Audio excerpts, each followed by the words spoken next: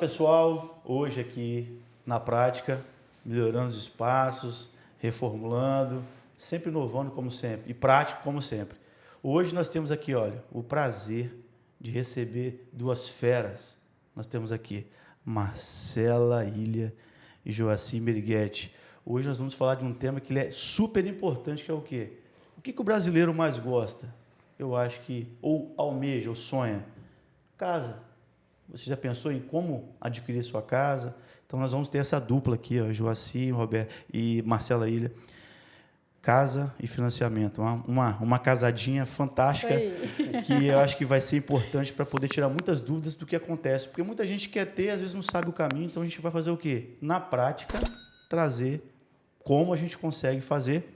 E já de antemão abro aqui agora para a Marcela e para o Joacy, para falar um pouquinho de quem é, resumidamente, quem é o Joacy e quem é a Marcela. Claro, Joacy, que eu vou deixar ela falar primeiro, porque sempre as mulheres têm preferência. Com certeza. Depois você fala porque não pode. Então, fala um pouquinho, Marcela, o que você faz, de onde você veio. É uma apresentação espontânea, pode ficar tranquila. Joia. Na prática é muito prático. Você vê que no final você vai querer ficar mais tempo batendo papo com a gente aqui. Certo. Vamos lá, então. Então, vamos lá. Eu sou a sócia, né, uma das sócias da Ilha Financiamentos. O meu outro sócio, eu brinco que é um sócio da vida, né? Eu sou casada com o meu sócio. Aí tá aqui atrás, né? Tá aqui atrás acompanhando, é Jefinho. Oi, o Vini. Binho, tranquilo, ó. Se tiver algum problema, você me fala depois, hein, cara. Então, a Ilha Financiamentos está completando 13 anos esse ano, 13. né? Surgiu do desejo da gente ter um pouco mais de flexibilidade. A gente trabalhava prestando serviço em algumas empresas e aí a gente sentiu o desejo de ter o nosso próprio negócio.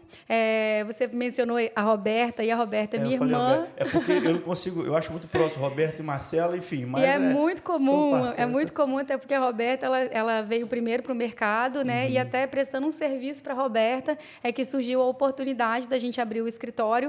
A princípio, a intenção era abrir um escritório para viabilizar os processos de lote de construção, né? Ela fazia muito processo naquela época já. Me lembro quando ela chegou já. Eu vim da área de design também, né? Isso. Da Casa Nova, então a gente conheceu muito a Roberta, minha. Exatamente. Roberta, um abraço para você, ó. E aí, nesse momento, né, surgiu a oportunidade de abrirmos a empresa e começamos, então, a atuar, a princípio, no município de Linhares. Depois, a gente abriu uma filial no município de São Mateus, atuamos lá também. Então, aqui há 13 anos, em São Mateus há 4 anos. E há 1 ano e meio atuamos também no município de Aracruz, né? Então, hoje nós temos a sede aqui e 2 filiais bem, também. Né? Expandimos bem, né? Bom, como você mencionou, todo brasileiro precisa de uma moradia, né? Então, a gente percebeu nesse nicho aí uma boa oportunidade de negócio, uma prestação de serviço, com desafios e alegrias, né? Assim, demanda muita emoção, muita ansiedade do cliente, mas também participar da realização, assim, nos enche de alegria. Eu não sabia que você ia falar tão bem assim, não. Porque aqui chegou, falou que estava nervosa aqui e tal. A gente fica, tá, né, Joacy? Tá coloca uma câmera aqui em cima da gente. Não sou eu, não é você não, tá, rapaz? Eu tô ferrado aqui hoje, hein? Mas que bacana, eu sempre falo que a prosperidade é bíblica e que bom que a gente vai expandindo os nossos negócios, Marcelinha. Exatamente. 2 filhos? 2 filhos, um marido, Isso. 2 filhos. Que bom, que legal. Isso aí. Joacy, agora é a sua vez, tá? Jefferson, obrigado pelo convite, né?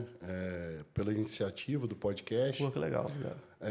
Eu sou diretor da Cobra Engenharia, uma empresa que a gente está fazendo agora 17 anos de mercado, né? A empresa começou num projeto de faculdade, onde eu e meu sócio Guilherme, a gente fez engenharia civil junto. E aí, na faculdade, tinha que montar um projeto de final de curso para fazer... Exato. Fazer o projeto de um edifício, e aí tinha que fazer o projeto estrutural, o orçamento, e na época a gente criou o nome, meu sócio gosta do bicho cobra, e colocamos na época... Eu ia te perguntar por que cobra, tá? Ele gosta, ele gosta do bicho cobra, né? E aí, vamos colocar o nome da empresa, um nome diferente, porque o nome das empresas tudo sempre muito parecidos, com siglas, enfim. E aí essa empresa, a gente se formou, fomos trabalhar no mercado, né, para outras empresas, e aí 2 anos depois tomamos a iniciativa de começar a empresa de fato. Começamos fazendo reforma, pequenas construções, e aí, num dado momento, a gente desenvolveu um projeto em Guarapari, isso no ano de 2008, 2009, para poder fazer um empreendimento imobiliário lá. E aí, em 2009, vem o programa Minha Casa Minha Vida, né? E aí esse projeto enquadrou no programa, a gente lançou, foi um sucesso. E aí, de lá para cá, a gente focou nesse segmento, que é um segmento que a gente chama de segmento econômico, né?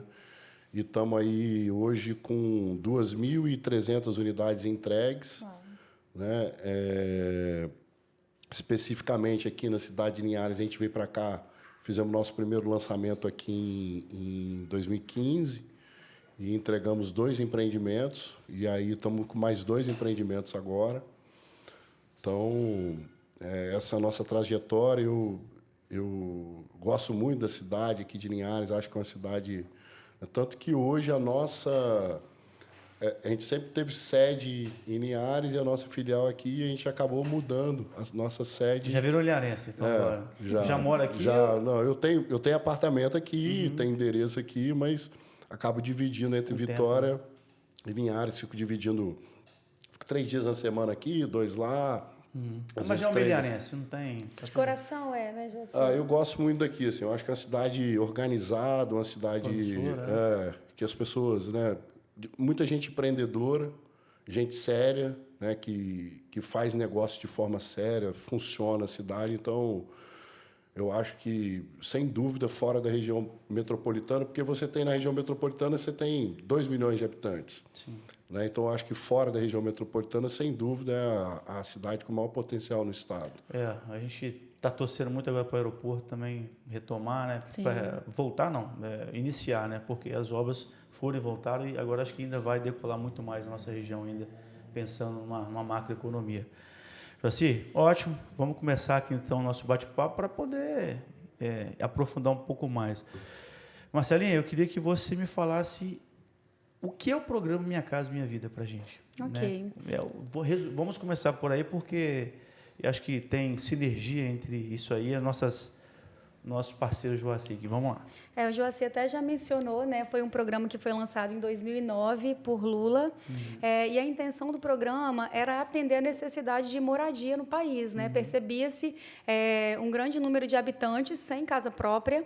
E aí, quando esses brasileiros iam procurar, né, a aquisição, a compra das suas casas, percebia-se a dificuldade que se tinha em relação à taxa de juros, em relação à entrada, né, que o cliente não conseguia ter.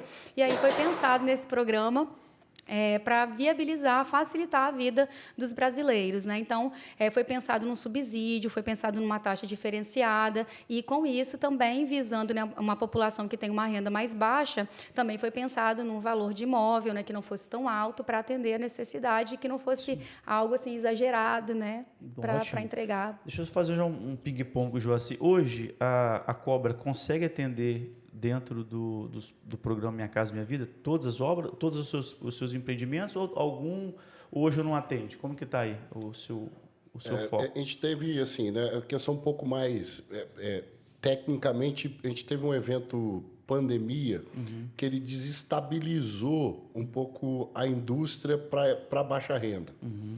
Então, o que está acontecendo agora foi feito agora recentemente, nesse novo governo, ele fez alguns ajustes no programa, onde a gente começa a enxergar uma nova possibilidade do programa se tornar vantajoso para se produzir, para ser viável economicamente, né? O programa, complementando um pouco a Marcela, o programa, para ser um pouco didático, ele é dividido em... São 2 faixas de programa. Você tem a faixa 1, que é a faixa social, que é, por exemplo, o empreendimento lá das 917 casas do Mata do Cacau. Inclusive, vocês estão fazendo... A gente está lá concluindo essa obra, né? A obra estava paralisada há muitos anos, a gente está lá terminando a obra, terminando a reforma das casas, né? Então, esse tipo de programa, que foi retomado agora com esse novo governo, ele é 100% subsídio do governo federal. Então, a família que é beneficiada, que é selecionada lá pelo município, que faz a seleção de um cadastro que ele tem, a família praticamente ganha aquela casa, vai pagar uma parcela muito pequena. Então, isso é a faixa 1 do programa para atender as famílias que mais precisam de habitação no Brasil, que é o grande déficit habitacional, que são as famílias de renda de 0 até 3 salários. Então, essa a gente chama de faixa 1. A faixa de mercado, que são as faixas 2 e 3, são faixas que o empreendedor compra, faz parceria no terreno, desenvolve projeto, aprova e vai a mercado, lança essas unidades e o comprador, né, em linha com o que a Marcela falou, a partir de 2009, começou a ter benefícios que antes não se tinham. Então, trouxe para o mercado uma população muito grande que antes não conseguia... Aumentou a fatia. Exatamente, porque você tinha no passado taxa de juros alta, não tinha subsídio, e isso foi melhorado para essas pessoas. Só que, com o tempo, com o aumento do custo, o subsídio não acompanhou. E quando você tem esse advento agora, pandemia, o custo mudou completamente na construção civil. Que, inclusive, tinha aqui uma pergunta que eu ia te fazer. Essa é a vantagem do podcast. Você vai entrando no assunto e você já vai... Né, perguntas que eu tinha lá na frente, eu já consigo antecipar aqui. Baseado no aumento, nós tínhamos uma faixa de custo de obra, né? Como você tem... devido aos aumentos na pandemia, isso então se tornou um desafio, né, elevou o valor e talvez isso que foi feito o desenquadramento do Minha Casa Minha Vida. Procede? É isso que foi um dos maiores pesos? Exatamente. A gente acompanha outros parceiros também, né? O Joaci faz em larga escala, mas a gente atendia pequenos construtores também aqui em Linhares, e a gente tinha vários deles que produziam para entregar no programa Minha Casa Minha Vida. Aí a gente tinha o desafio do valor do imóvel como enquadramento, então a gente teve aí Minha Casa Minha Vida 170 mil, depois foi a 196, mas era impraticável entregar uma casa no padrão, tendo uma lucratividade com valor de avaliação a 196 mil reais. Então, vários construtores deixaram de produzir no Minha Casa Minha Vida porque a conta não fechava, né, Joaci? Exatamente. Então, esse continua sendo um desafio. Qual o teto hoje, Marcela, para a gente ter uma ideia? E aí a gente já fala das modificações, né, do programa. Agora, no dia 7, o governo reformulou o programa, então a gente teve uma alteração. O Joaci começou aqui falando das faixas, né, da faixa 1, da faixa 2 e da faixa 3. Antes era dividido... Você pode pontuar para a gente, só para a gente ter uma ideia? Faixa 1, 2, 3. A faixa 1 hoje está indo até R$2.000. Renda familiar? 2.600. Renda familiar. Renda familiar, né, a composição da renda familiar. A faixa 2 vai de 2.600 e R$1 a R$4.400 e a faixa 3 vai de R$4.401 a R$8.000. Antes, a gente só tinha 3 divisões dessa forma. No novo formato, essas 3 divisões que eu mencionei ainda tem algumas subdivisões dentro dela. Então, isso vai facilitar um pouco mais para o cliente, porque ele vai transitar e eu vou enquadrá-lo de acordo com essas subdivisões. Nessas subdivisões, ele vai tendo quanto menor a renda, ele vai ter uma taxa de juros menor. Então, ela vai se subdividindo aí dentro. E aí, a gente também uma outra modificação. Antes, a gente tinha um valor de enquadramento por município. Então, nosso último valor era 196 mil aqui para Linhares, por exemplo. Isso muda de acordo com o município? Isso muda de acordo com o município, porque é de acordo com o número de habitantes daquela região, segundo o IBGE. E a per capita também altera? Sim, antes nas faixas era só essas 3 divisões. E, independente da renda, era até 196 mil. Com as mudanças agora no dia 7, a gente tem essas subdivisões ainda dentro das faixas. E o que a gente vai observar para o enquadramento de um cliente no Minha Casa Minha Vida? Tanto a renda quanto o valor do imóvel, considerando aí o número de habitantes. Então, hoje, para Linhares, o que a gente tem? Se o cliente estiver transitando aí na faixa 1 e 2, porque a gente tem essa faixa 1 que o Joaci falou, que é Mata do Cacau, que o cliente não vai comprar. O governo está dando, né, praticamente. Coloca ele vai valor pagar simbólico, né, Joaci? Como você disse, um valor simbólico para ter um... Tem uma questão lá na frente lá de renda também, que dependendo da renda a pessoa vai pagar uma prestação um pouco maior, mas é 90% subsidiado. Sim. Exatamente. A casa. Isso aí. Então, assim, na faixa 1, que o cliente está adquirindo o imóvel, ele vai transitar aí no valor de imóvel de 210 mil, e quando ele vem para a faixa 2 e para a faixa 3, aí a gente vai poder enquadrá-lo num valor de imóvel até 350 mil reais. Então, isso trouxe uma facilidade tanto para o investidor quanto para o cliente. Porque aí o Joaci, enquanto entregando o imóvel no programa Minha Casa Minha Vida, ele pode produzir entre 210 mil, 300 mil, até 350 maior, né? Aumenta um pouco as possibilidades, né, Joacir? Exatamente. É bom, né? A gente estar em conjunto, assim, que a Marcela tem os números e das faixas. Claro.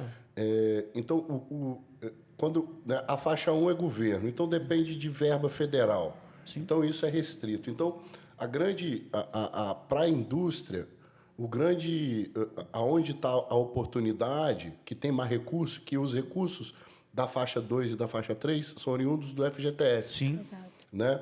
Então, o desafio hoje na produção imobiliária está na faixa 2, que é quando ela coloca com renda até R$4.000, que é uma grande parte da população, por exemplo, Linhares mesmo, tem uma demanda muito grande nessa faixa de renda. Então, Linhares hoje, agora com o novo teto do programa, na faixa 2, foi para 210 mil. Isso. Não é isso? Exatamente. Foi para 210 mil. Então, ainda é um desafio, principalmente para os pequenos construtores, que não trabalham com escala e não conseguem otimizar um terreno, produzir em 210 mil e atender essa faixa de renda. E onde, assim, que eu penso que aonde que está a questão que eu tenho me debatido muito, porque a gente fez muito faixa 2. E, assim, hoje eu vejo esse desafio de conseguir encontrar terreno e você ter produtividade, porque hoje nós estamos com um problema gravíssimo na construção civil de mão de obra. Isso é uma das perguntas que eu ia te perguntar. Qual é o maior desafio hoje? Eu não vou entrar muito assim, mas é um grande desafio que hoje está posto e cada vez mais vai ser pior. Uhum. Então, não é fácil hoje trabalhar nessa faixa. Tem uma novidade assim que vai, se Deus quiser, acontece esse ano, que vai ajudar muito essa faixa de renda, Marcela, que está sendo feito um convênio do governo do estado com a Caixa Econômica Federal. Isso já acontece em outros estados, no Paraná, no Mato Grosso, Pernambuco fez agora, que o governo... Porque você pega um cara lá com... Marcela sabe melhor do que eu. Um cara com um imóvel de 210 mil e um cara com 4 mil de renda. Ele não consegue financiar os 210 mil. Exatamente. Ele vai financiar, mesmo com subsídio, ele vai financiar 160, 170 mil. Então, vai ficar uns 50, 60 mil para ele pagar direto para o construtor. E ele não tem esse dinheiro. Então, o governo do estado, percebendo isso, o que vai fazer agora? O governo do estado vai fazer com a Caixa, isso já está praticamente pacificado, vai fazer um programa que o governo do estado vai entrar com R$20 mil para esse cara que ganha até 4 mil. Vai subsidiar. Isso. A entrada, nesse caso, também, né? Então, tem o governo subsidiando o financiamento e aí teria ainda esse auxílio. É uma parceria entre o Estado e o governo federal. Exatamente. Seja, vamos para a prática. 210, o governo libera 170, 160, o Estado mais 20 mil e essa diferença é do cara. É da pessoa. Isso. Então, isso é uma coisa que é importante acontecer para poder beneficiar essa faixa de renda que hoje eu entendo que está desguarnecida. Então, vamos lá. A gente está falando em 3 faixas, Marcela? Isso. Para a gente pontuar, então. A primeira faixa é aquela que é subsidiada pelo governo 100%, ou quase 100%, aonde que o critério de... Aí, essa pessoa ela deseja ter essa casa. Como que ela faz? Qual o órgão que a analisa dentro dos municípios para saber se ela pode ou se enquadra ou não se enquadra nesse projeto? Esse cadastro é feito normalmente pela prefeitura. A Caixa Econômica entra na parte da contratação, né, da liberação desses imóveis. E aí até cabe uma observação que nós somos muito demandados no programa Minha Casa Minha Vida, né, entendido que é um programa do governo, subsidiado. E aí a gente é muito procurado por clientes que não têm renda comprovada, tem restrição. E aí eles perguntam, quando a gente fala que não pode ter essa restrição cadastral, eles falam, mas isso é um programa do governo, né? Então, é importante ressaltar essa diferença, né, Joacir? Para essa modalidade que o Joacir mencionou, o cliente não precisa ter renda comprovada, ele pode ter restrição, porque ele não está, de fato, sendo analisado no que diz respeito à sua capacidade de tomada de crédito.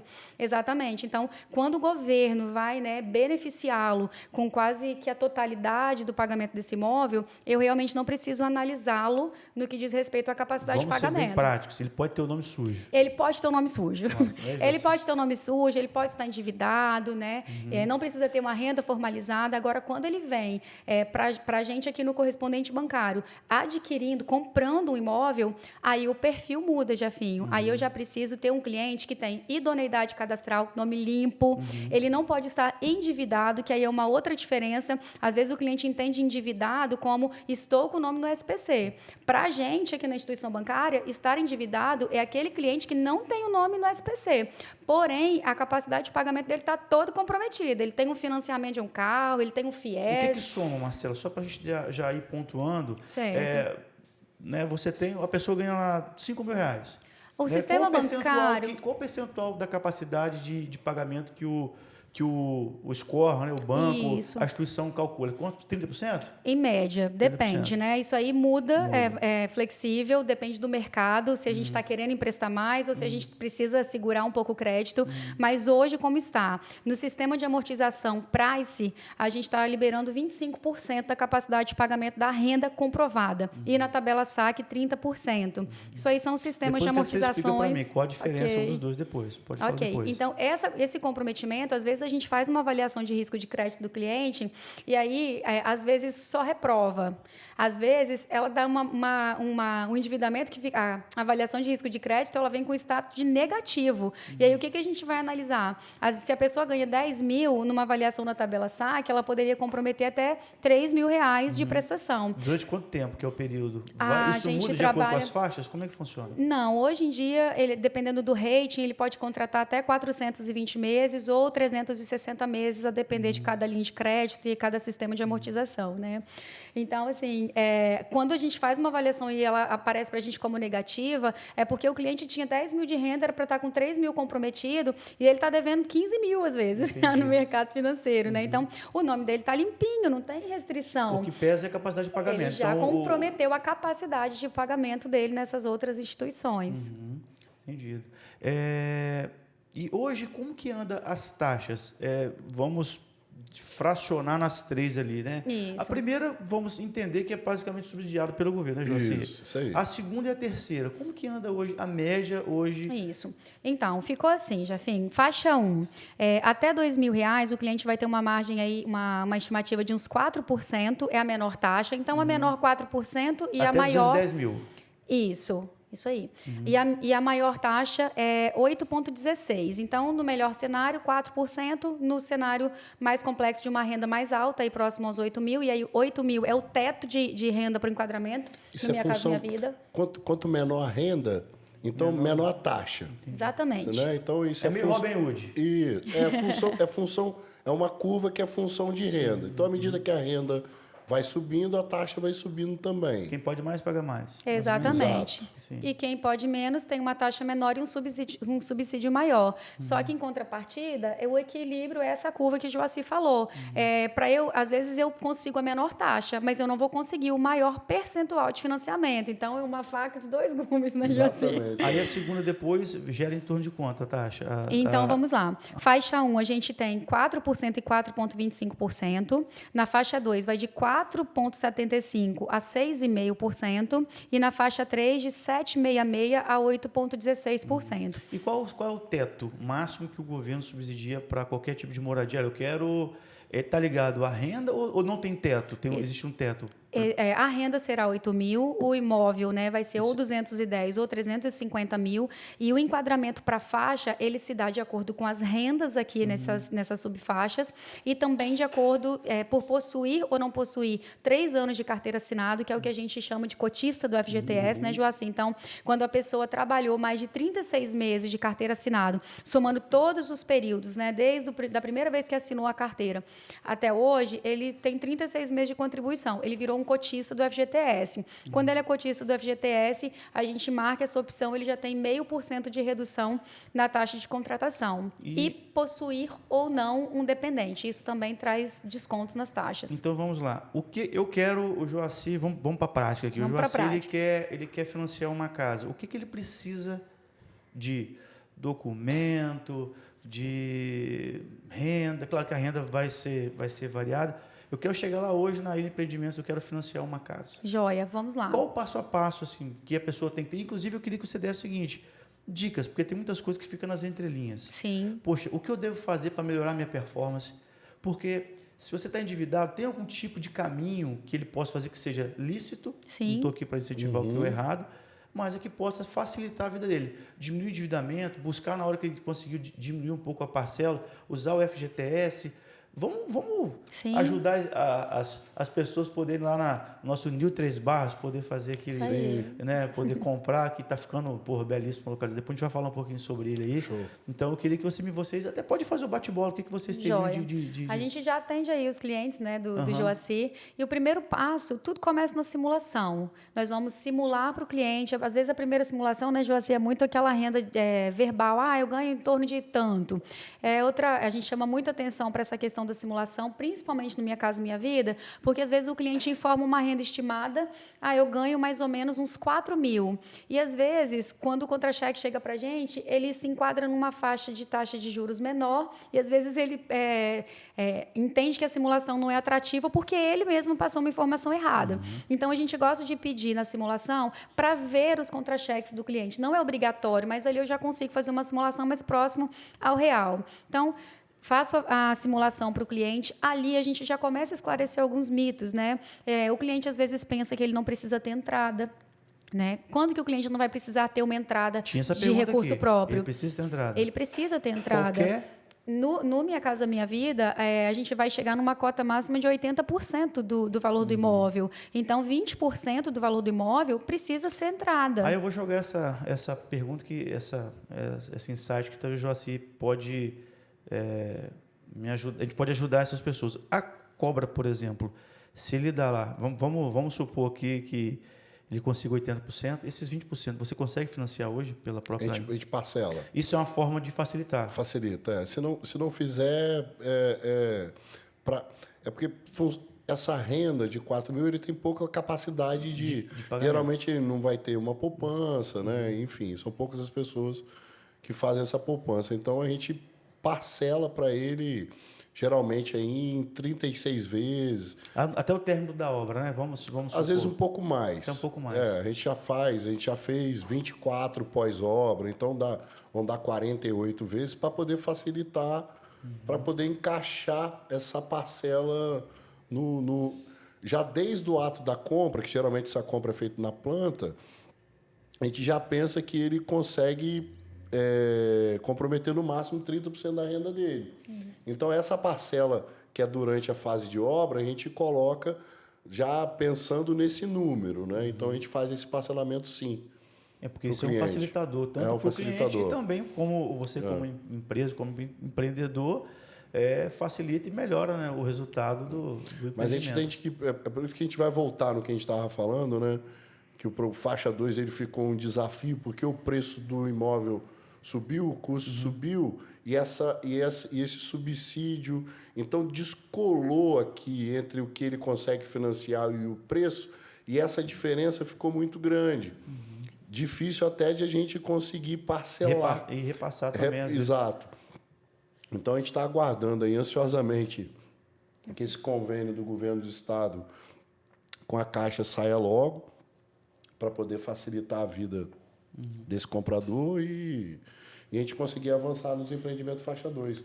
Pegando o gancho aí nessa fala do Joacir nesse desafio, porque quando mudaram as regras do programa, essa fala dele, quem tem uma renda de R$ 2.641 a R$ 4.400, ele não vai comprar um imóvel a 350 mil, ele vai comprar um imóvel a 210 mil reais. Então, mesmo que ele queira, o programa vai enquadrá-lo dessa forma, né? Então, a gente vai ter que ainda ir ajustando a capacidade de pagamento ao valor do imóvel, né? Então, é desafiador mesmo.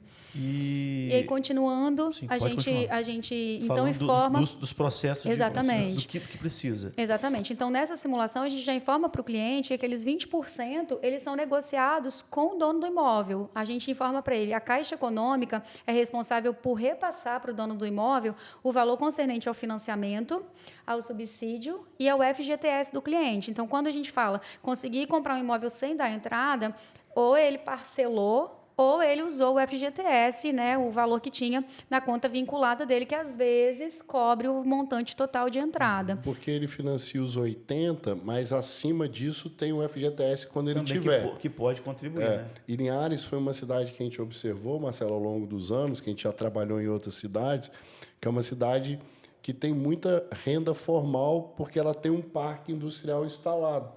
Então, foi a cidade que a gente pegou ao longo dos anos que mais tem FGTS. Sim. Que as pessoas chegam... A gente está lá vendo agora no Nil 3 Barras, que a gente está trabalhando com essa renda na faixa 3, superior. Então, está vindo gente... Até local pede, né? Bem localizado também. Exatamente. Então, está pegando gente lá que o cara tem, sei lá, 150 mil de FGTS. Então, isso ajuda muito o cara comprar. Quando ele tem e acaba retroalimentando o sistema, né? Que o recurso que financia a habitação vem dele mesmo, vem né? dele mesmo, então, né? Então, reforço positivo. Exatamente. E aí a gente informa também que o cliente precisa ter uma média aí de uns 4% a 5%, né, dependendo do valor do imóvel, que são despesas com a instituição bancária, com a prefeitura, com o cartório de registro de imóveis. Então, às vezes, o cliente ficou um tempinho lá juntando dinheiro e o dinheiro que ele tem vai cobrir, às vezes, só a entrada ou vai cobrir só as despesas com a transferência do imóvel, né? Então, a gente passa essas orientações, a gente conversa também sobre essa educação financeira. Às vezes, esse cliente que nos procura inicialmente tem restrição, capacidade de pagamento tomado. Às vezes, a gente caminha com o cliente, já, enfim, 2, 3 anos até conseguir que ele consiga, até conseguir a capacidade de pagamento necessário para a compra daquele imóvel. Né? Então, a gente orienta, não compra, não parcela cartão de crédito, não faz financiamento de veículo, espera a casa. Então, é isso que a gente você me falasse, olha, evita, se tiver que trocar de carro, segura, não troca o carro. Então, porque hoje o sistema bancário ele consegue cruzar todas as informações de endividamento, né? Exatamente. Então, aqueles parcelamentos que aconteciam, né? Estou devendo no Banco do Brasil, eu vou lá, faço uma negociação. Entendi. Eu peguei 2 mil emprestado, o banco me falou que se eu pagar 1.000, ele me libera meu nome. Libera mesmo, mas gera uma restrição interna. Quando vai fazer o financiamento no outro banco, aquilo aparece. Então, assim, hoje, todo um banco enxerga o outro. Tem que andar certinho, né, Joaci? E qual é o maior desafio, dentro de tudo que você falou, para as pessoas financiarem? O que é o mais difícil? Está ligado a isso que você falou, a capacidade de pagamento, essa má gestão? Não é má gestão, né? Porque a pessoa vive no limite da renda. Sim. Então, ele se conscientizar, né, que ele precisa de reduzir seus gastos para que possa realmente gerar capacidade de pagamento, para que ele possa... Então, esse que é o desafio. Essas duas situações... Essa educação financeira que eu poderia resumir, é ele tentar se educar financeiramente. Eu sempre digo nos meus podcasts, né, no meu bate-papo, é uma coisa que sou até redundante. O segredo do sucesso, gastar menos do que você ganha. Exatamente. Então, essa educação financeira, eu sou até adepto a estar nas escolas para que possa realmente melhorar até a qualidade, porque muitas pessoas não têm essa noção de gestão do Eu acho que você percebe lá da mesma forma que a gente, né, Joaci? A capacidade de pagamento, que às vezes não libera o valor todo que o cliente precisa, e o valor para pagar a entrada e a taxa de transferência. As duas coisas são desafiadoras no processo. Falando em taxa de transferência... Pode falar, Joaci. Você estava falando de desafio, eu parei um pouco para estar pensando aqui. Tem o desafio da ponta, que é a ponta... Né, tá com nome limpo e ter comprovação de renda. Tem um desafio do outro lado, que aí eu vou falar, né, pelo lado da indústria, que é conseguir hoje colocar esse empreendimento lançado na rua. Onde eu estou querendo chegar, né? Você pega hoje, né, a gente vem, né, a Marcela falou que os pequenos construtores pararam de fazer... Nós vamos falar especificamente de faixa 2, porque faixa 1 só vai fazer se tiver recurso do governo federal. Então, faixa 2 não. Faixa 2 tem lá FGTS agora, o orçamento do FGTS para esse ano é de 100 bi, tem dinheiro suficiente para financiar a habitação. Mas por que hoje nós temos no país um déficit habitacional de 7 milhões de moradias? 7 milhões? Caramba! Então, assim, boa parte está na faixa 1, porque depende de recurso do governo federal, que é limitado. Mas tem a faixa 2 e a faixa 3, que não depende, que teoricamente tem recurso. Né? Você pega uma cidade como Linhares, nessa faixa específica, tem um déficit habitacional muito grande. Né? Nós entregamos 2 empreendimentos aqui na cidade, totalizando 750 unidades. Mas se hoje, nesse exato momento, a gente tivesse mais 400 apartamentos, a gente venderia. Então tem esse déficit. Eu acredito, tem o déficit e tem o comprador. Então o desafio está na ponta para esse cliente né, ter crédito, ter renda, e eu acredito que a cidade tem, mas eu vejo que o desafio ele é anterior na indústria conseguir lançar e botar o empreendimento no mercado. Então, eu não sei se eu já posso entrar nesse tema, que Está à vontade, meu irmão. Pós-pandemia, que os custos subiram, então esse imóvel é 210 mil, então por que eu, como empresa, vou fazer um imóvel de 210 hoje e talvez ir para um terreno um pouco melhor e fazer um de 350? Por quê? Porque, por exemplo, como nasce um projeto? Você nasce um projeto, e aí quando eu vou para a prefeitura, por exemplo, para os órgãos públicos, não estou falando especificamente de Linhares, estou falando geral. Geral, sim. Você está fazendo um faixa 2, num apartamento de 200 mil, você entra numa fila do mesmo empreendimento de um apartamento de 1 milhão. Então, você tem uma burocracia que, às vezes, leva 2 anos para aprovar um projeto. Exatamente. Onde a gente faz uma obra com 18, com 2 anos. Então, nós temos um problema sistêmico, né? Voltar a falar que não é um problema da cidade de Linhares, que é um problema enraizado no país, que é de burocracia de uma atividade que é conhecida, que é a construção civil. Nós não estamos falando que nós estamos fazendo uma usina nuclear, não. É um apartamento de 47 metros quadrados que todo mundo sabe quais são, ambientalmente, qual é o passivo ambiental que é gerado, como é que é essa planta, né? A gente tem no município de Serra agora está aprovando projeto com 15 dias. Uma coisa que já funciona em várias cidades do país. Então, para a gente produzir imóvel barato, a gente não pode levar 2 anos para aprovar, porque aí a conta não vai fechar. Exatamente. Porque tem todo um custo financeiro do negócio. E ainda mais, claro que só reafirmando o que você falou, infelizmente, nossa Selic está muito alta. E aí, para o investidor, como você faz conta do uso do dinheiro, aí que demora mais fechar a conta ainda. Isso. Então esse desafio hoje que está posto... Ele, por exemplo, no nosso caso, falar da gente, ele tá nos dificultando a analisar esse tipo de projeto. E fora que hoje, né, a gente está tendo um problema grande de mão de obra. Sim. Né? Hoje, a gente vê, né, antigamente, a profissão de pedreiro, de carpinteiro, era passada de pai para filho. Hoje em dia... Você não vê mais um cara novo querendo ser pedreiro, ser carpinteiro. Né? Ele vai ser... Não estou desmerecendo, mas ele quer uma atividade mais nobre. Às vezes, ser um motorista de aplicativo. Nós temos no Brasil, eu vi um dado um dia desses, falei, é para lá que estão indo a mão de obra da construção civil. Nós temos um dado hoje que a gente tem 1.200.000 motoristas de aplicativos hoje no Brasil. E a construção civil não está... Então, o próximo desafio nosso é fazer com que a gente aumente a produtividade do nosso setor, mudando a forma de construir, principalmente para essa atividade de margem baixa. Então, inclusive está aqui a pergunta, porque eu tive a oportunidade de conhecer o processo condutivo através do EPS, que é aquela parede de isopor, preenchida, né? Claro, depois tem os aditivos, você faz. Você acha que isso possa ser um caminho que vai facilitar o processo construtivo?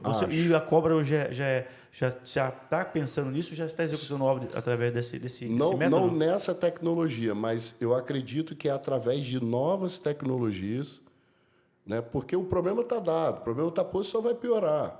Não é que a gente está com um apagão de mão de obra hoje e que amanhã vai melhorar. Não, amanhã vai estar pior.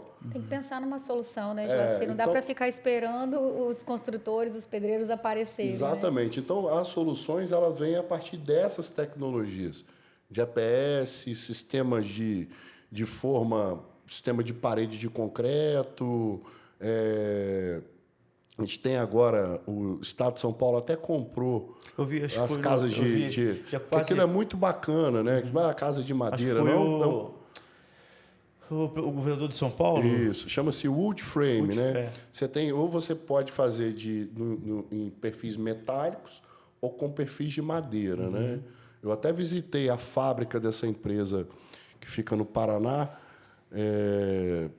perdi o nome dela agora, mas o cara fabrica uma casa dentro de uma fábrica. A casa vai pronta, você só chega lá e monta. Então, eu vejo que é um caminho.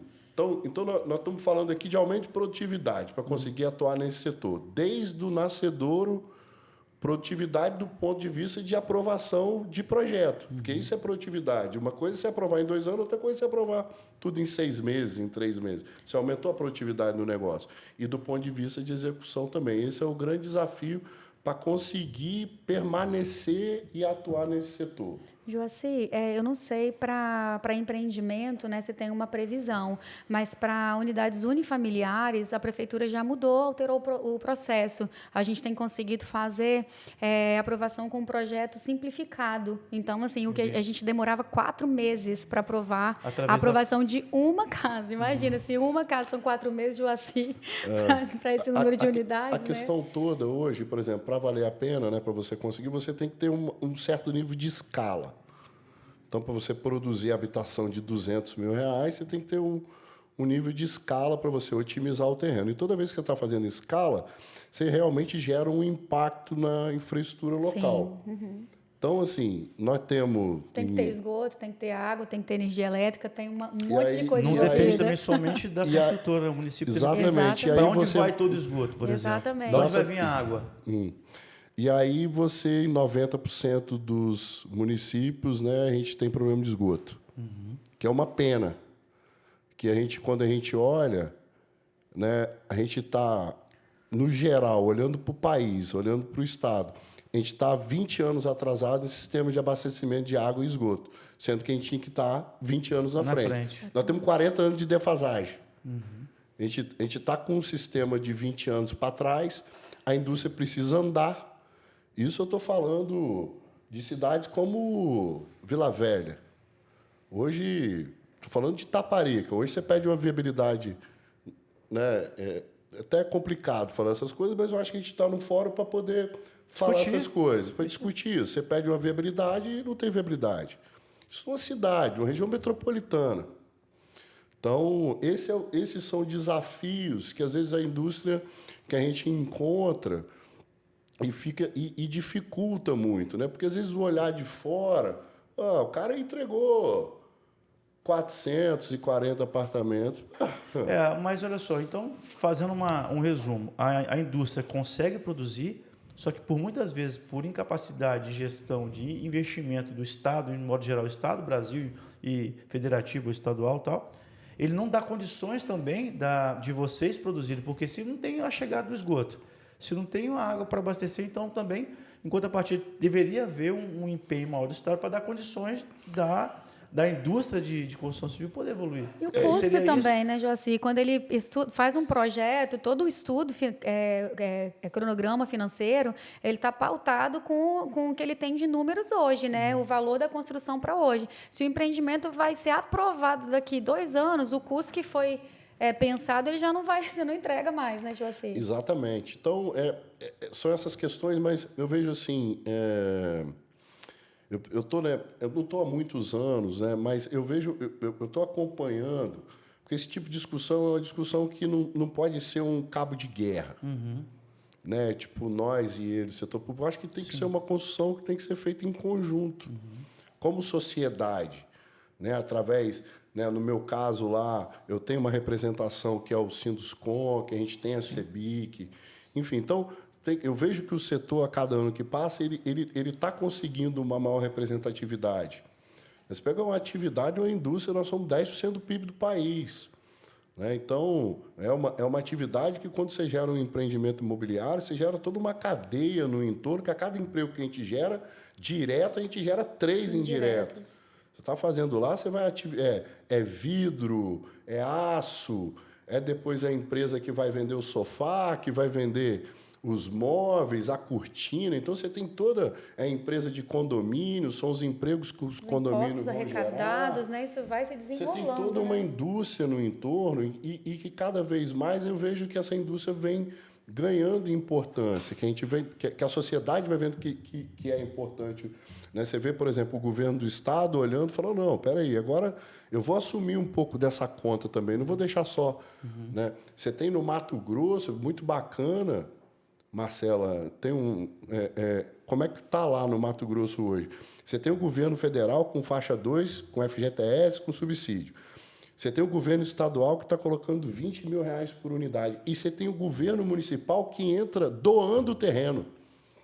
Então, por exemplo, um imóvel desse de 210 mil, menos 20 do governo do estado, mas 190. Aí vão botar que o terreno, a fração do terreno sairia por 10 mil. Então, seria 180. Mas então o cara ele fica sem entrada zero. Entendeu? Então, isso já está... Aí se começa a acontecer no Mato Grosso, começa a acontecer, e daqui a pouco está vindo para o Espírito Santo. Né? Já tem o governo do estado, daqui a pouco... Você pega o município de Linhares mesmo, tem várias áreas públicas paradas. Porque quando você faz até o loteamento, você tem que reservar, se não me engano, 25% de interesse, né, municipal. E a gente vem, eu percebo assim, hoje eu passei ali no aviso, ali na frente do Caminhos do Mar, eu acho que quem é linharense e quem lembra do que era aquele terreno e do que virou aquilo ali, né? Eu parei para comprar uma verdura, uma fruta ali numa banca que o cara instalou na frente, gerou uma atividade, são 440 famílias. Você imagina Linhares hoje, né? Eu sou muito honrado por a gente estar contribuindo para a cidade, para combater esse déficit. Você imagina, nós entregamos imagina a cidade com 750 moradias a menos. Exatamente. O povo está morando aonde? Todos os seus empreendimentos já foram vendidos? Vendidos, os dois, né? Os dois, vendidos, entregues e eu entendo com 100% de ocupação. Porque eu vejo, eu acompanho a questão de, ali no Caminhos do Mar, de aluguel, de revenda. A gente já refez alguns processos. O cliente comprou dele e já me procurou para fazer um outro financiamento. Entendi.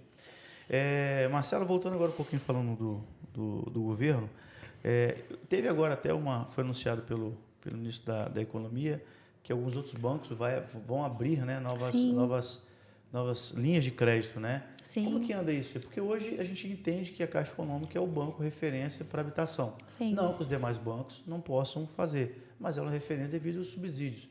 Isso está para acontecer? Qual a sua opinião sobre isso?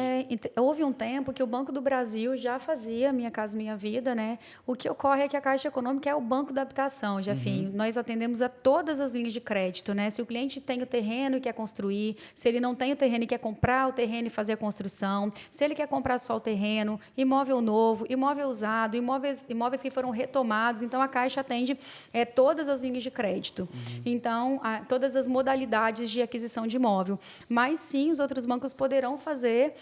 O que eu percebo é que a Caixa ela acaba sendo mais demandada pela experiência que ela tem no processo, né, Joaci? Então, assim, o nosso processo ele é automatizado.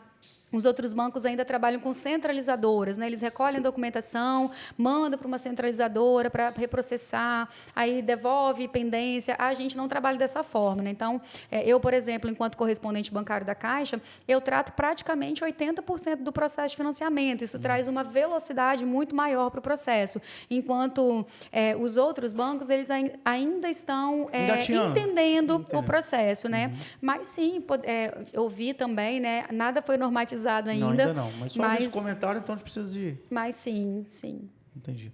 Existe um outro ponto quando você vai fazer o financiamento, né, das casas. E todo mundo sabe que escritura é uma forma legal de você poder fazer o financiamento. Aparece muita gente querendo comprar casa com recibo lá? Muita gente. Que dia que você fala, então, para essas pessoas que compram casa? Tem um jeitinho de resolver isso, assim, né? O que acontece? Me fala quais são as entrelinhas aí. Se o cliente não tem nenhum outro imóvel com escritura e quer comprar esse sem escritura, não tem jeito, né? Quando a gente faz um financiamento imobiliário, o imóvel é garantia de pagamento daquele crédito que é concedido para o cliente. Então, se não tem escritura, não existe garantia. Então, assim, é preciso ter muito cuidado quando compra um imóvel por recibo.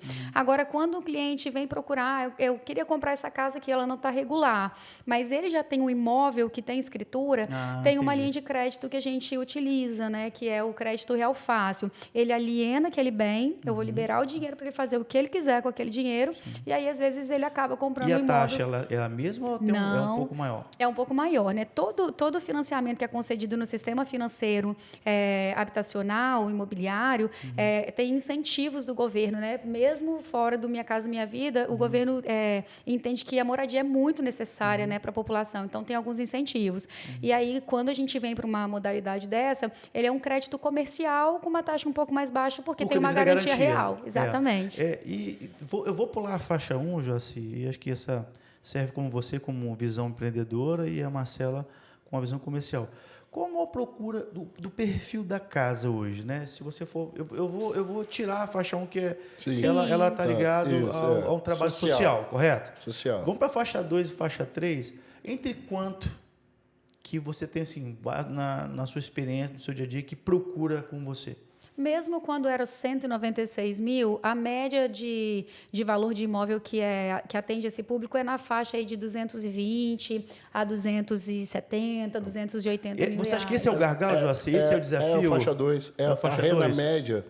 Né, voltando, a faixa 1, a gente está fora. Tá fora. Então, a renda média ela está em torno aí de 3, 4 mil reais que vai pegar esse imóvel de 200, 220 mil. Essa é a grande demanda. Entendi. Que aí é o desafio para poder atender, porque você entra numa fila de aprovação, enfim. E isso atrasa, porque o imóvel está lá para os custos efetivos da obra estão tocando e você não consegue aprovar. Eu sou otimista, assim, eu acho que devido à importância, né, você vê que um programa que é um programa que não é de um governo, né? O governo, às vezes um governo ele prioriza um pouco mais, mas no governo anterior o programa se manteve, ele mudou o nome, então só mudou o nome, né? Você acaba vendo que vira programa de Estado mesmo, quando o próprio Estado do Espírito Santo quer colocar e vai colocar 20 mil reais por unidade. Então, nesse aspecto, eu sou otimista porque eu acompanho esse programa desde o início, agora de 2009, e eu vi o quanto que hoje se facilitou a questão de aprovação de crédito, de velocidade, com a implementação dos correspondentes imobiliários, porque antigamente, no início do programa, você não tinha correspondente, era mais você levava o processo do cliente na agência, e a agência não dava conta de fazer. Sim. Então, hoje, outros bancos, né, nas faixas superiores, você pega, vou citar o nome aqui, eu acho que não tem problema algum, você é um banco estadual, o Banesp, que está fazendo muito bem hoje, crédito imobiliário. Né, a tendência disso abrir para as startups, a gente vê. Então, eu vejo, desde o nascedouro de aprovação, né, quando o Serra está aprovando com 15 dias, e quando a ponta de aprovação de velocidade de crédito do cliente, eu vejo, né, a gente num fórum desse aqui. Então, isso é a importância do setor. Você está falando do setor, você está discutindo o que a gente pode melhorar. Então, eu sou muito otimista, assim, para frente, que a gente vai conseguir atender. Nós somos eternos otimistas. Se a gente perder isso como empreendedor, acho que nós três pode desistir, a gente acredita em família. Vai trabalhar de outro jeito, né? Tem que seguir, né? Tem que ser otimista, concordo com você. Mais uma pergunta técnica aqui que pode gerar sanar dúvida de muita gente. Casal união estável. Né, eles são um casal, né? Não são casados no papel, mas moram junto, ou pode ser um contrato. Eles conseguem somatizar a renda para fazer o financiamento? E o correto é compor a renda, né? Se é uma união estável, o correto é juntar a renda. Acontece muito de... tem aqui meus 2 contra-cheques. Vê aqui qual que fica melhor, se é usar um ou se é usar o outro. Mas não pode somar os dois? Deve somar os dois, só que às vezes, quando soma os dois, ele vai para uma faixa de juros maior e aí eles querem usar só a renda de um e não incluir o outro. Então, isso... Mas se ele tiver um nível acima, não tem problema. Não tem problema. Só que se eu ganho 2.600 e a minha esposa ganha 1.300, às vezes 2.600 eu contrato o que eu quero com uma taxa mais baixa. Se eu colocar a minha esposa, eu vou contratar o mesmo valor com uma taxa mais alta. Então, às vezes, quer excluir um dos participantes. Não precisa de certidão de casamento. Não precisa. A união estável atende. E o correto é que se vive em união estável, que entre os 2 participantes. Porque, no caso... nome dos dois? Fica em nome dos dois. A dívida dos dois, os dois ficam protegidos por seguro. Né? A gente tem nos financiamentos imobiliários o seguro MIP, que protege o cliente, né, com morte e invalidez permanente. Então, se eu tenho os dois participantes, os dois sustentam a casa, também é importante que os dois participem, porque se um vem a falecer ou não consegue mais trabalhar, esse seguro vai cobrir o saldo devedor proporcional à participação de renda dessa pessoa. Né? Então, se eu tenho 2.000 de cada um, se um vem sofrer, né, algum incidente, vai quitar 50%, né? Vai ficar equivalente ao que ele consegue pagar sozinho. E você falou em seguro, eu queria até dividir com vocês aqui agora um guru nas construções e você dentro da área de correspondente, claro, sabe bastante, né? Não precisa ser redundante. Eu passei recentemente por um problema por questão de seguro. Quando você faz o financiamento, eu obtive, né, uma parte, através, na época que a Selic estava 2,5, não fazia sentido eu desembolsar recurso próprio para poder comprar uma casa à vista. Até tem uma pergunta depois que eu vou te fazer, se vale a pena financiar a casa. Né? Eu tenho seguro da casa, não contra pagamento, mas seguro contra avarias, enfim, que é obrigatório quando você faz o contrato com a Caixa Econômica. E nós tivemos, em novembro do ano passado, o maior índice de chuvas. Sim. Né, no município de Linhares, no norte do estado. Inclusive, o prefeito atual declarou estado de calamidade. Todo mundo sabe, né? Foi um absurdo a quantidade de chuva. E eu tive problemas com a minha casa devido às chuvas. Né? E aí eu entrei com um pedido de seguro e fui negado. E a seguradora não reconheceu como vício de obra. Sim. E aí eu não conformado, né, com aquilo, eu falei, não, a agência me sugeriu fazer uma defesa. E aí eu me pontuei da seguinte forma, falei, olha só, quando a gente faz a aquisição do financiamento da construção, nesse caso não foi casa, foi construção, vocês têm a engenharia que ela vai, durante todo o período, fazer a fiscalização da obra. Isso. Então, e no final, quando dá o habite, você tem a condição de uma casa em perfeito estado de uso. Eu citei até um exemplo de um carro. Quando você vai comprar um carro, é natural que você tenha que mandar foto, avaliação, para ter a validação do seguro. E anexei junto o estado de calamidade que o prefeito tinha feito. Então, me negaram na primeira vez, acho que foi um dos primeiros casos que aconteceu, porque eles acham que a indenização pode ser quando a água vem do solo para cima. Porque telhados pode realmente haver problema. E eu fiz essa defesa e eu fui contemplado com o ressarcimento. Mas então, como que funciona o seguro? Existe algum seguro melhor? Porque eu só consegui porque eu fui persistente, defendi uma linha de raciocínio, né? Ele falou que tinha vídeo, mas tudo bem, o engenheiro da Caixa ele vai lá, ele faz a fiscalização normal, do passo a passo, sobe lá, olha o telhado para liberar o recurso. E no final você tem que ter o habite, que é o final da... Então, eu fui persistente e consegui rever, não na escala que eu precisava, mas, enfim, vai ajudar eu a reparar os meus pequenos gastos, um gasto bem considerável.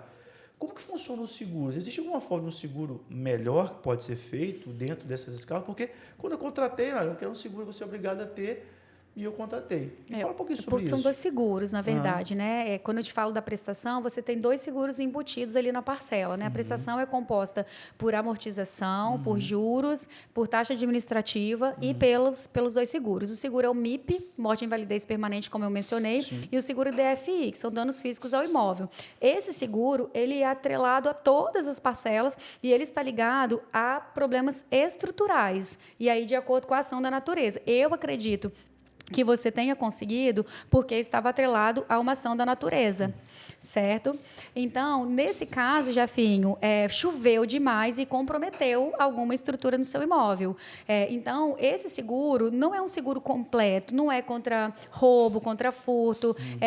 E aí o Joaci vai entrar nessa parte aí depois, que tem questões no imóvel que a gente vai precisar cuidar, né? Por exemplo, esse tanto de água aí, nenhum bom construtor consegue prever alguns incidentes que podem acontecer no imóvel, né? Então, existem seguros melhores, que são os seguros que a gente oferece como complementares. Inclusive, hoje, quando a gente simula na Caixa Econômica, eu tenho um seguro básico e eu tenho um seguro mais completo. O seguro mais completo vai responder tudo isso. Inclusive, se sua casa for destelhada, ele vai pagar um tempo para você ficar num hotel ou um aluguel para resolver. Então, se eu quiser hoje, mesmo que eu fiz isso há 3 anos atrás, eu consigo mudar o seguro? É permitido ou tem que ser feito... Esse seguro da apólice, você vai precisar consultar a agência para verificar a possibilidade de alteração. Independente de trocá-lo, tem outros seguros que você pode contratar que são mensais, bem interessantes para cobrir. O mercado privado oferece também. Também. Bastante. Você ia complementar, Joacir? Sobre essa questão das manutenções. A questão de manutenção não tem como, né? A pessoa, por exemplo, a gente entrega, né? Quando a gente entrega, a gente tem a questão de entrega de obra, de pós-obra, que a responsabilidade da construtora... Eu ia te perguntar sobre vistorias. São 5 anos, mas não são todos os itens que são. Então, você tem itens que eles vão caducando ao longo do tempo, né? Mas, por exemplo, você pega estrutura mesmo, infinita a garantia. Então, 40, 50 anos a estrutura, que é a responsabilidade do construtor, né? Então, agora, lógico que sim, que o condomínio e que o proprietário do imóvel tem alguns itens que ele tem que dar a manutenção no imóvel dele, né? Fachada, pintura, enfim. Agora, 2 perguntinhas que vão para o mercado financeiro aqui. Já que você falou do sistema saque e o price, eu queria que você explicasse um pouquinho a diferença de cada um, entre o price e o saque, e qual que você usaria para você se você fosse fazer o seu perfil. É a pergunta de todos os dias, né, Joacir? Então, a gente é muito demandado, né? Quando a gente vai fazer um atendimento para o cliente, a gente vai oferecer 2 simulações, né? Que o saque e price são os sistemas de amortização. Então, quando eu faço uma simulação e eu mostro lá o valor da parcela, o sistema de amortização é o quê? É a forma que aquela parcela vai pagar a dívida, o saldo devedor do cliente. O saque é sistema de amortização constante. A característica, né, ela começa com uma parcela um pouco maior e ela vai diminuindo, a última parcela fica bem pequenininha. Mas o que está acontecendo? Se eu fiz um financiamento lá de R$100 mil em 420 meses, no sistema de amortização vai acontecer o quê? Esse valor vai ser dividido por 420 meses e aí todos os meses vai deduzir esse montante mesmo lá na dívida da pessoa, acrescido aí dos juros e das taxas administrativas. Os juros é sobre o saldo devedor. Então, a longo prazo, o sistema saque ele acaba ficando mais interessante, porque se eu já começo com uma amortização constante, todos os meses o meu saldo devedor vai diminuir e os juros vai sempre incidir sobre um montante maior.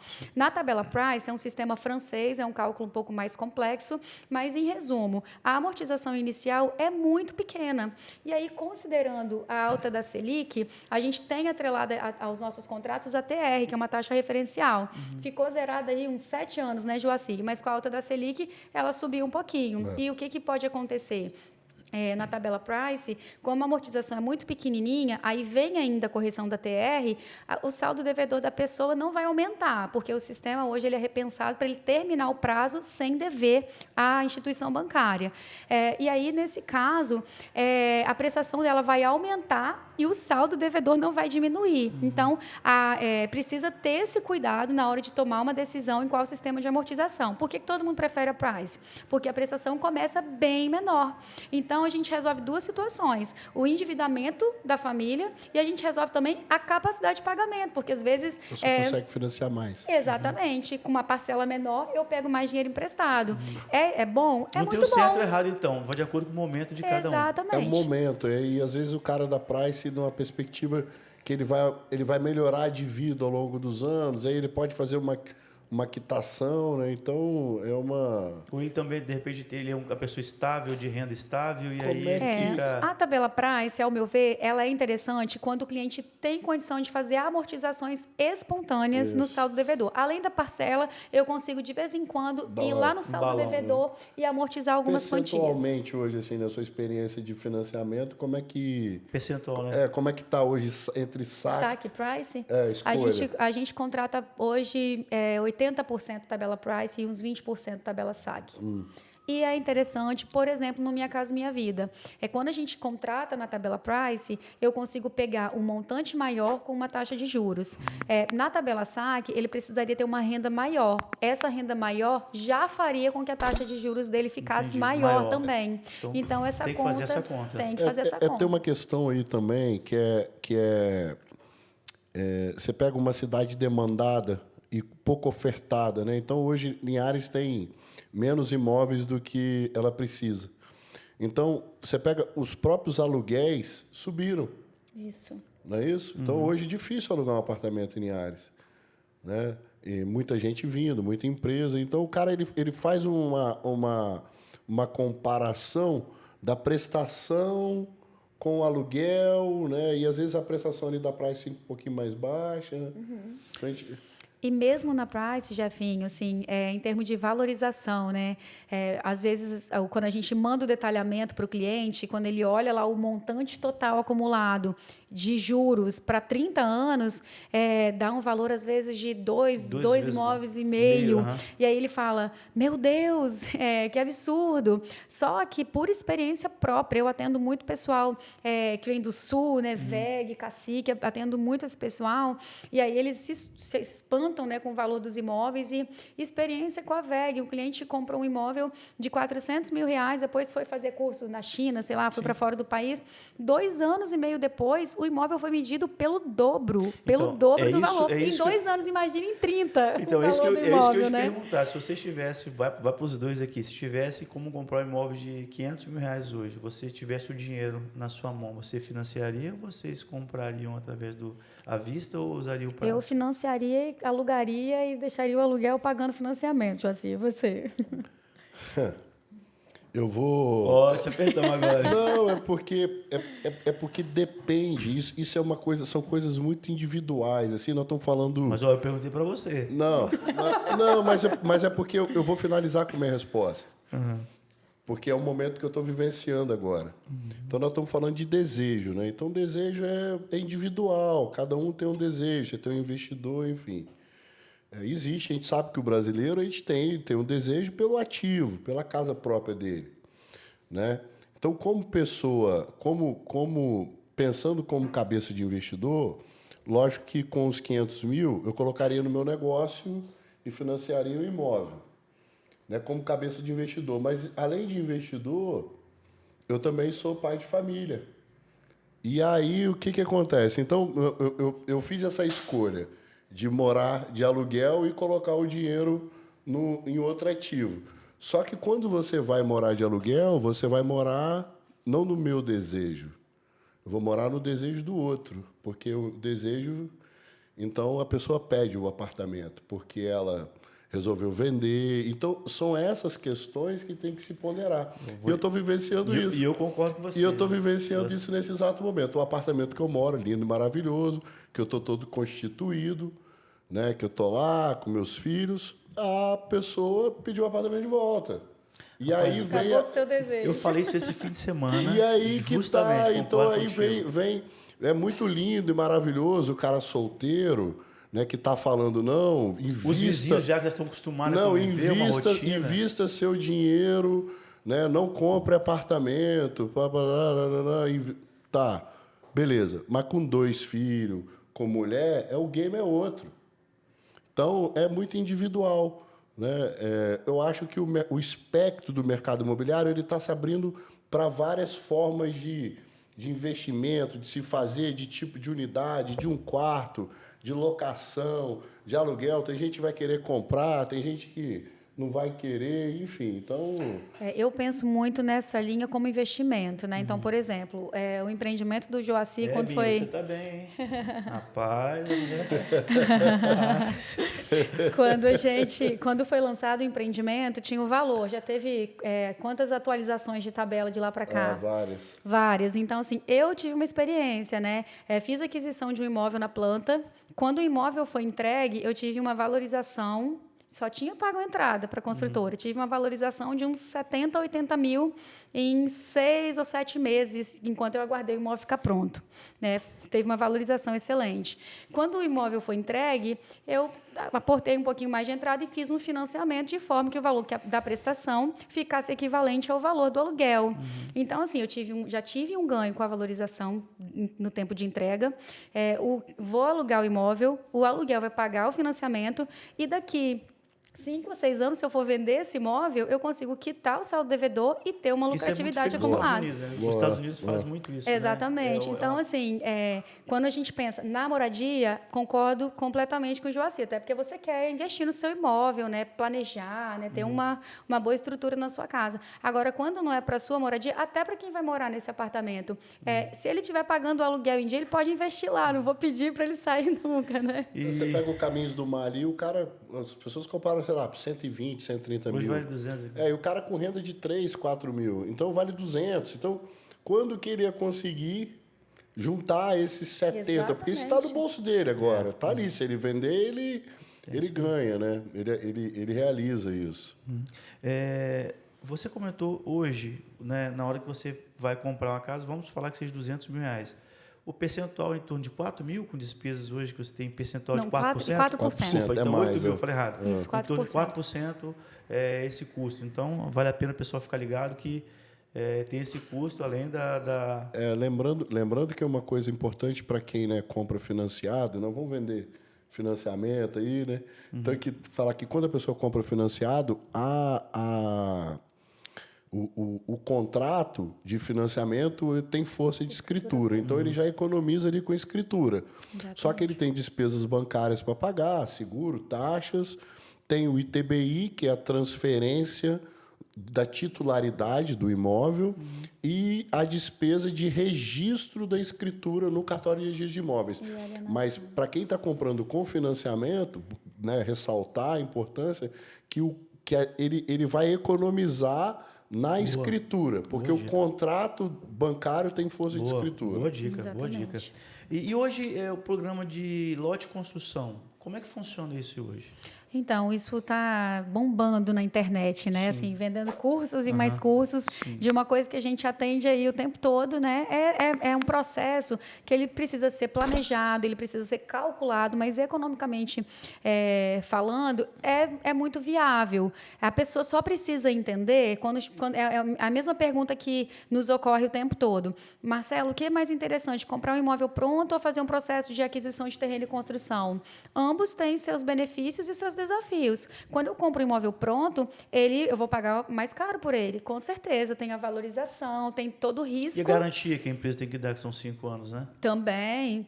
Né? Quando eu penso num processo de lote de construção, eu vi a casa pronta, me cobraram R$300 numa casa de meio lote. Se eu pegar 400 mil, eu faço essa mesma casa no lote inteiro. É muito mais interessante?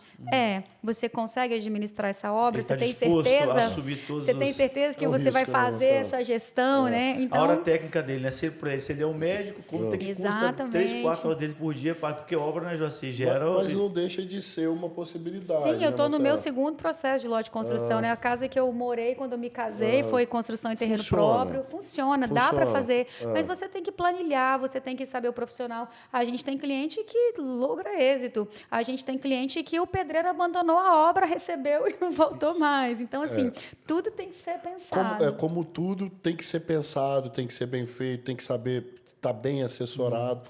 A importância, né, do trabalho dos correspondentes, da pessoa procurar correspondente imobiliário, porque você conhece o mercado, sabe quem atua, sabe quem está fazendo a coisa da forma correta. Né? Exatamente. Uma outra perguntinha. É possível fazer 2 financiamentos no mesmo CPF no programa Minha Casa Minha Vida? Não. Minha Casa Minha Vida é para moradia própria, né? Todos os financiamentos que usam recurso do FGTS, né? Joaci mencionou no começo, a gente trabalha com 2 origens de recursos. No SBPE, que é Sistema Brasileiro de Poupança e Empréstimo, ou seja, dinheiro da poupança, e a gente usa o dinheiro do FGTS de todos os trabalhadores, que a gente tem o Minha Casa Minha Vida e o Procotista. Tanto no Minha Casa Minha Vida quanto no Procotista, a gente vai pensar em moradia própria. Então, se eu tenho uma casa lá no Sul, mas eu moro e trabalho aqui em Linhares, eu preciso de uma moradia própria aqui. Eu poderia fazer uma Minha Casa Minha Vida aqui, se eu tivesse um imóvel lá. Mas se eu moro e trabalho aqui em Linhares e eu tenho um imóvel aqui, não vou poder fazer uma Minha Casa Minha Vida. Mas em cidade diferente? Pode, desde que ela não seja limítrofe com a cidade que você mora ou com a cidade que você trabalha. Não faça divisa. Exatamente, não seja aqui do ladinho, né? Entendi. E o processo do Construcard ainda vocês fazem? Existe? As pessoas fazem ou já caiu para o desuso já? Já caiu no desuso. Ele vai e volta, mas bem tímido. Assim, a inadimplência é altíssima nesse processo. E o imóvel? Aí o Joaci vende uma casa para o Jefferson aqui. Eu consigo, mesmo estando financiado pelo programa Minha Casa Minha Vida, ele pode vender para outra pessoa? Ele pode vender uma casa que foi feita no Minha Casa Minha Vida, só que se for nos primeiros 5 anos, vai devolver o subsídio para o governo, né? Entendi. Porque está vendendo muito rápido, se é para moradia, aí tem esse desafio da devolução. Mas pode ser vendido. E outra informação importante é que a pessoa que está comprando de você não vai pegar a mesma taxa de juros. Acontecia muito, né, lá nos empreendimentos, o cliente contratou a 4,5%. Aí a pessoa que vinha achava que estava transferindo com os mesmos critérios. Novo financiamento, novo enquadramento. Vamos olhar a renda, vamos olhar se tem dependente, né? Não vai só transferir aquela mesma taxa de juros e aquela mesma prestação para o outro cliente. Sim. Joaci, você, claro, faz casos, né, já está com assim, uma longa jornada ali. Que dica você dá para a pessoa quando você vai, mesmo que não seja com você, eu vou entregar a chave lá do imóvel. O que a pessoa que adquiriu o imóvel tem que ficar atento na hora do checklist? Porque acho que é um passo muito importante e baseado nas suas experiências. O que você pode me pontuar sobre isso? O checklist é completo, né? Desde a parte de instalação e de acabamento, né? Então, você tem um padrão que a gente está até passando por uma auditoria interna agora e você tem um documento pronto que ele entra no apartamento para vistoriar o apartamento como um todo, né? Então, se as instalações estão funcionando, se o acabamento, se a pintura está bem feita, se a porta está bem instalada. E isso a gente faz com critério e geralmente a gente tem algumas observações, né? A pessoa às vezes, observa alguma coisa de melhoria, enfim. Mas, no geral, é atenção e só quem pode fazer é o dono ou por procuração, né? E eu acho que é um grande momento na vida da pessoa quando ela vai fazer a vistoria da casa própria. Porque pode ter alguns tipos de vícios, alguma coisa que não foi percebido, né? A gente não tem como falar que não possa ter um problema, né? Não, no aspecto, né, você não consegue ver tudo ali porque o imóvel ainda não está funcionando. É igual você pegar um carro que ele está... Você olhou, você observa... Está bonito por fora, por dentro você não sabe como é que está. Não, exato. E você só vai ver se ele está funcionando depois que você ligar e começar a andar. E uma obra tem essa questão, que é a questão de quando você coloca ela para operar. E aquilo não foi feito por máquina e por robô. Foi feito por ser humano. Né? É uma construção. Nós temos uma construção civil ainda é artesanal. Então, ainda você tem, por exemplo, instalações. A pessoa não tem como verificar se ela vai ter vazamento só após o início, né, do uso daquilo ali. E aí, sim, aquilo ali é responsabilidade. Se tiver algum problema, é responsabilidade da construtora resolver. Continuando na sua linha de construtora, se você fosse o cliente hoje, qual o critério que você faz para escolher um imóvel através de construtora? Claro que Linhares, enfim, vamos falar a nível Brasil. Você vai para os grandes centros, são várias construtoras. O que a pessoa deve ficar atenta na hora de escolher o imóvel? Também você, Marcelo, pode pontuar. Claro que o tempo de mercado. O que você acha que é relevante quando a pessoa... Vou comprar um apartamento, porque existe caso da empresa não entregar. Né? Quantos casos nós temos no Brasil da obra parar e a pessoa ter sido lesada? Né? Quais são esse feeling que a pessoa tem que ter? Para mim, assim, o mais importante na escolha de um imóvel tirando essa questão de segurança, de construtora, né? Mas a primeira coisa, para quem escolhe imóvel, para mim, é localização.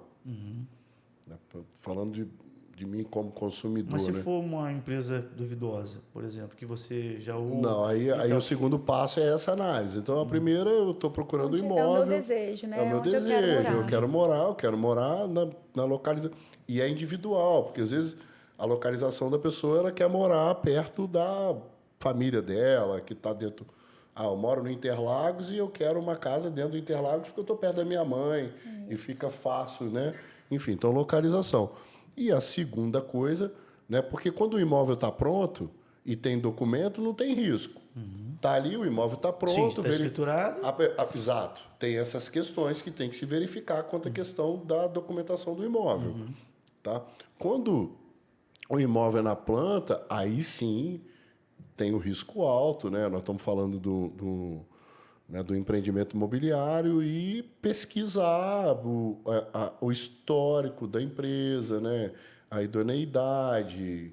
E você pode fazer através, por exemplo, às vezes a empresa está com uma parceria, no nosso caso, a gente tem parceria com a Caixa Econômica. E você procurar o gerente, né, local da agência, conversar, perguntar. Referência da construtora. Referência, né? Você tem aqui em Linhares mesmo, quando a gente chegou, nós passamos um desafio grande para vender imóvel aqui, porque tinha na cidade um empreendimento que não tinha sido entregue e muitas pessoas... Essa né? dúvida, você entende? Que foi até intencional essa Não, pergunta. é natural. Você tem aí, não tão recente, né? Mas você tem a Encol, né? Quando ela...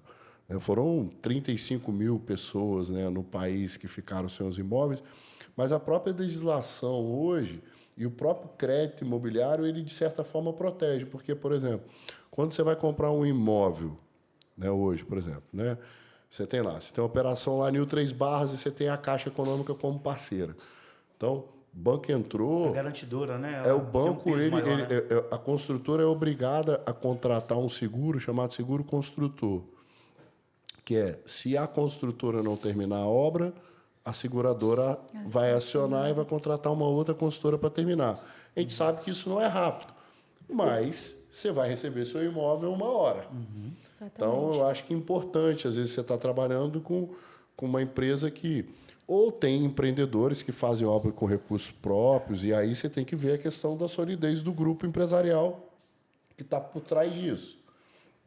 Então, pesquisa sempre importante tomar uma decisão.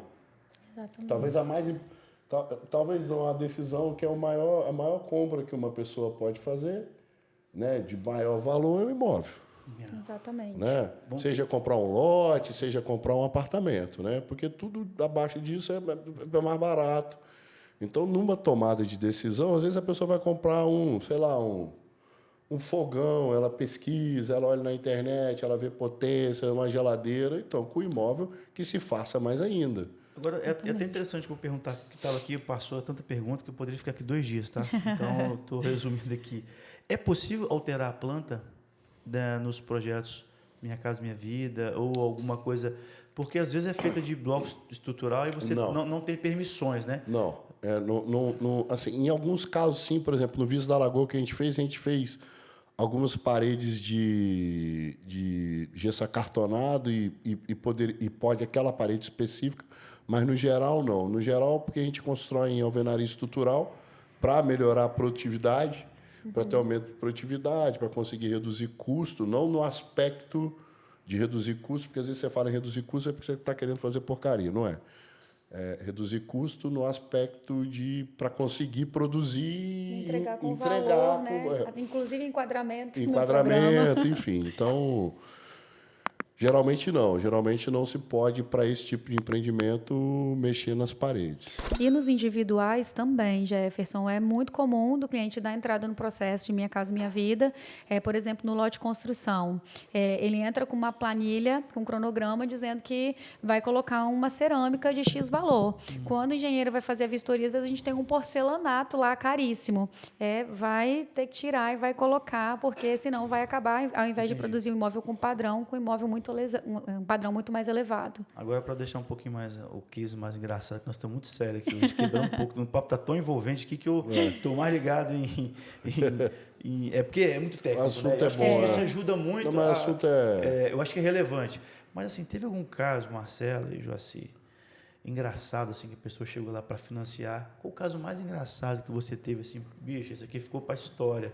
Você tanto para financiamento e você como construtor daquele inquilino que foi, assim, de você não acreditar que o cara está falando aquilo lá. Me conta algum caso assim, que te leva à memória. No nosso caso, a gente lida muito mais com casos emocionantes, Jefferson, assim, né? A gente lida com um sonho direto da pessoa. Então, assim, um caso que me marcou, assim, que o cliente chorou e a gente acabou chorando junto, foi uma senhora, ela tinha acabado de se aposentar por tempo de contribuição, então ela tinha recebido o FGTS e continuava trabalhando. Então, ela tinha renda, uma renda baixa, uma entrada altíssima. E aí, o que aconteceu? Ela foi para olhar um imóvel, ela brigava com a gente o tempo todo. Aborrecida, carrancuda, respondia mal a gente, mas ia tocando o processo. Às vezes ela trazia um filho, às vezes ela trazia um marido, às vezes ela trazia alguém para acompanhá-la e fomos avançando com o processo. No dia que nós assinamos o contrato, ela chorou e aí a gente entendeu o comportamento. Ela falou assim, eu não acreditei que a essa altura da minha vida eu conseguiria comprar uma casa. Tinha morado de aluguel, acho que mais de 15 anos e nunca teve coragem de fazer um financiamento, né? Então, assim, ela teve um subsídio altíssimo e ficou com uma prestação de 400 e poucos reais só, né? Então, assim, é um choro que nos envolve, né? Aquela altura da vida, a realização. E pode rir, pode falar que sonho da casa própria com parcelamento? Sim, o sonho da casa própria com parcelamento que a pessoa consegue pagar, vai ter estabilidade com a família. Então, assim, a gente ri, né, um pouco por causa da situação, mas nos emociona de poder participar de alguma forma, né, da realização do sonho da vida da pessoa. Eu fiz a abertura, né? Falei que o sonho, a casa é um sonho, não tem jeito acho que não vou falar do mundo, mas eu creio que o brasileiro ele sonha muito com isso. Por isso que eu acho que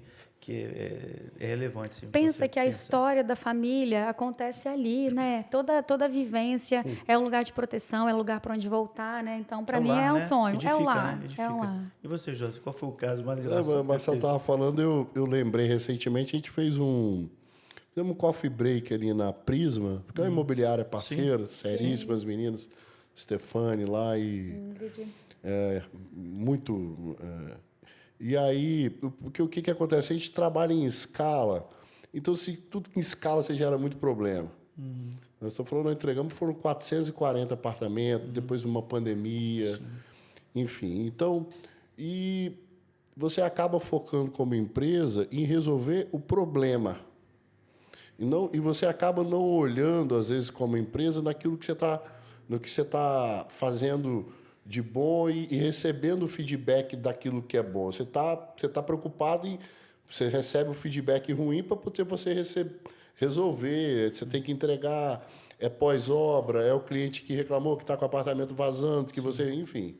Então, você acaba focando ali nos 5%, 10% das reclamações e deixa de ouvir, às vezes, isso como empreendedor. É importante, às vezes, você ouvir o elogio também para te motivar para seguir, porque você está o tempo todo trabalhando sob pressão. Não vai. Né?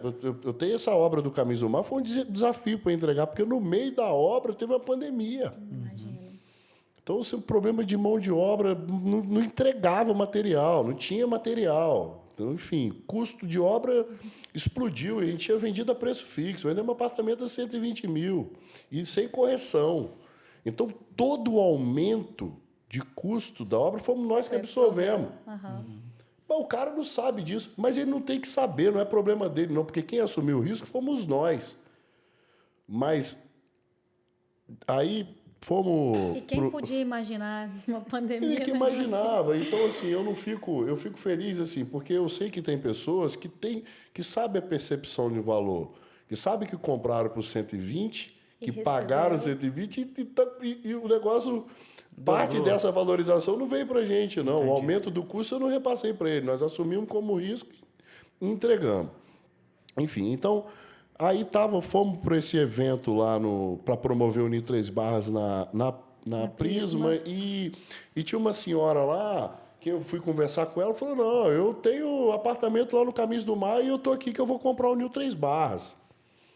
Então, assim, eu estou satisfeita com o que eu comprei lá e quero continuar com vocês. E elogiou o empreendimento. Então, são essas coisas, são essas pequenas coisas que a gente, cara, estamos no caminho certo, estamos fazendo. Então, Legal. E toda essa questão, assim, nós entregamos 10 empreendimentos. E toda entrega de empreendimento, para mim, é um negócio assim... É emocionante. É emocionante. São filhos que nascem, É né? emocionante. Você entregar um empreendimento para 200, 300 famílias. Quantas vezes dentro de stand de venda nosso, eu vi família, casal com um bebê no colo. Então, é uma responsabilidade muito grande que a gente faz.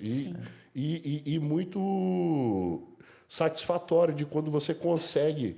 Porque o negócio é só quando você entrega. Você tem que entregar. A pessoa tem que, né, materializar aquilo. Então... Foi um fato importante. Pessoal, eu acho que a gente tem assunto para fazer o podcast 2. Eu acho que aqui ficou uns 50% de perguntas para trás, porque na verdade, acho que vale a pena marcar o segundo em breve, depois que a gente editar, sair isso daqui. Eu queria deixar para vocês fazerem as considerações finais e eu queria começar... Você, primeiramente, sempre ela, você sempre depois, tá? Não tem jeito, Joacy. Até porque ela é mulher, tá? Então, eu queria que você fizesse suas considerações e para a gente poder fazer esse encerramento. Certo. A gente falou bastante do Minha Casa Minha Vida, né? Que são imóveis com valores menores, mas é importante falar que a gente trabalha muito com valores de imóveis de valores maiores, com taxas customizadas, taxas interessantes também. Então, simulem conosco, nos procurem para fazer essas comparações, né? Agradecer a oportunidade, Jefinho, esse tempo aqui, né? Foi muito tranquilo, né, Joacy? A gente bateu um papo aqui, né? Chegamos, né? A gente fala que vai gravar, a gente. 6 horas, tá? Você viu que você se relaxou, não teve jeito. Mas a gente agradece. Conversamos bastante, né? Mas foi um tempo muito interessante, muito legal o bate-papo aqui. E informações, assim, que são importantíssimas, né? Na tomada de decisão, considerar aí o que está sendo comprado, quais as melhores taxas, né? Joacy bem pontuou. Quando vai comprar um fogão, pesquisa, olha a ficha técnica, compara taxa, parcelamento. E, às vezes, no imóvel não tem tanta dedicação, tanto cuidado, né? Então, importantíssimo analisar tudo isso e precisando do financiamento, Ilha Financiamentos, Caixa Econômica, esquece esse outro banco aqui que o Joacy falou, não existe, gente, tô ficando. Tá certo, descontraído. Tamo juntos, Jefinho. Joacy, pode dar essas considerações Em nome finais. da Cobra, né, dos colaboradores da Cobra, te agradecer pela oportunidade, né, bate-papo, debate. Marcela trouxe essas questões técnicas das faixas, isso é tudo importante porque acabou que você vai aqui absorvendo e reforça, né? E ajuda também a gente a pensar um caminho, né? E agradecer os clientes de Linhares que confiaram na gente, né? E do lado de cá, né? Em nome de toda a nossa equipe, a gente está muito empenhado em conseguir honrar aquilo que a gente combinou, que está nos contratos, e, se possível, surpreender um pouco mais nossos clientes. É o nosso objetivo. Que bom. Então, assim, na prática, como sempre, objetivo, direto. Essas duas pessoas maravilhosas. Foi muito bom, até para mim também, como usuário, né, de financiamento. Cliente, inclusive, depois você pode me mandar a sua declaração de imposto de renda e documento de identidade, que eu já vou deixar um crédito pré-aprovado para você. 1.003 barras, já mando a planta para você dar uma olhada, né, de Com você. certeza. Mas, assim, na prática, gente, é isso daqui. Vocês perceberam que eu não sou comunicador de massa, eu prezo muito pela prática, pelas coisas que posso somar na vida das pessoas. Então, pessoal, vai sair em breve. Curta lá, siga, aperta o sininho e, na prática, cada dia mais, pra cima. Valeu? Tchau, galera.